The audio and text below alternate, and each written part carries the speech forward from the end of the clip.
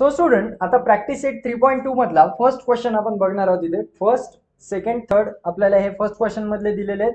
So इथे आपल्याला हे जे सिक्वेन्स दिलेला आहे हा एपी मध्ये आहे. आता इथे आपल्याला काही बॉक्सेस दिलेले आहेत आणि ते बॉक्सेस फिलअप करून आन्सर फाइंड आउट करायचे. पण आता इथे आपण बॉक्सेस लिहिलेले नाहीत, आपण डायरेक्टली सॉल्व्ह करू याला.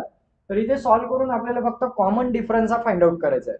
सो सगळ्यात पहिले आपण इथे टर्म्स लिहून घेऊ. T1 इक्वल टू 1 आहे, त्यानंतर T2 equals to 8, T3 equals to 15 आणि T4 इक्वल्स टू 22 अशा टर्म्स आपल्याला दिलेल्या आहेत.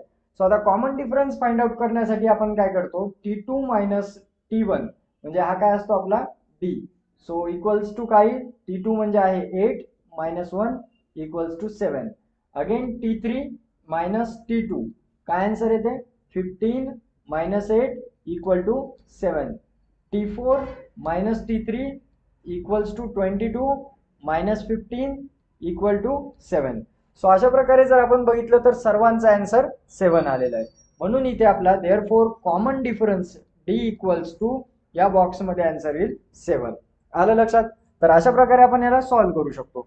नेक्स्ट प्रॉब्लेम जो दिलेला आहे इथे सुद्धा तेच करायचं आहे.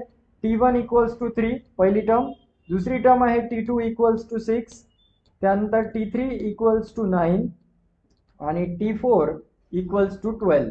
तर आता इथे परत T2 minus T1 equals to 6 minus 3 it will be 3. त्यानंतर T3 minus T2 equals to 9 minus 6 म्हणजे आन्सर येते 3.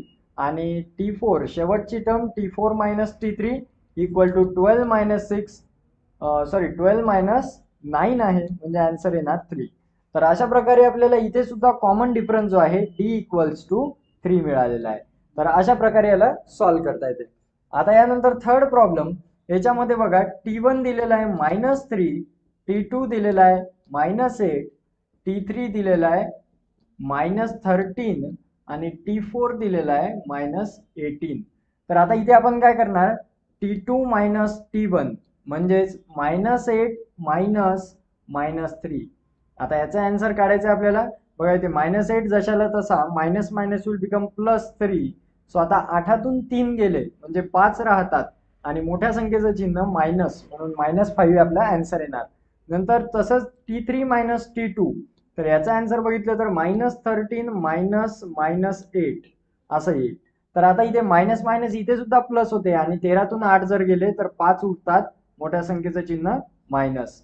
तसेच T4 minus T3 equals to -18 minus -13 म्हणजे तुमचा आन्सर इथे मायनस मायनस प्लस होते आणि 18तून 13 गेले म्हणजे 5 उरतात, मोठ्या संख्येचं चिन्ह minus, so -5. Therefore D equals to -5 हे तुमचा आन्सर आहे. आलं लक्षात? तर अशा प्रकारे आपण याला सॉल्व्ह करू शकतो. आता बघू आपला नेक्स्ट क्वेश्चन.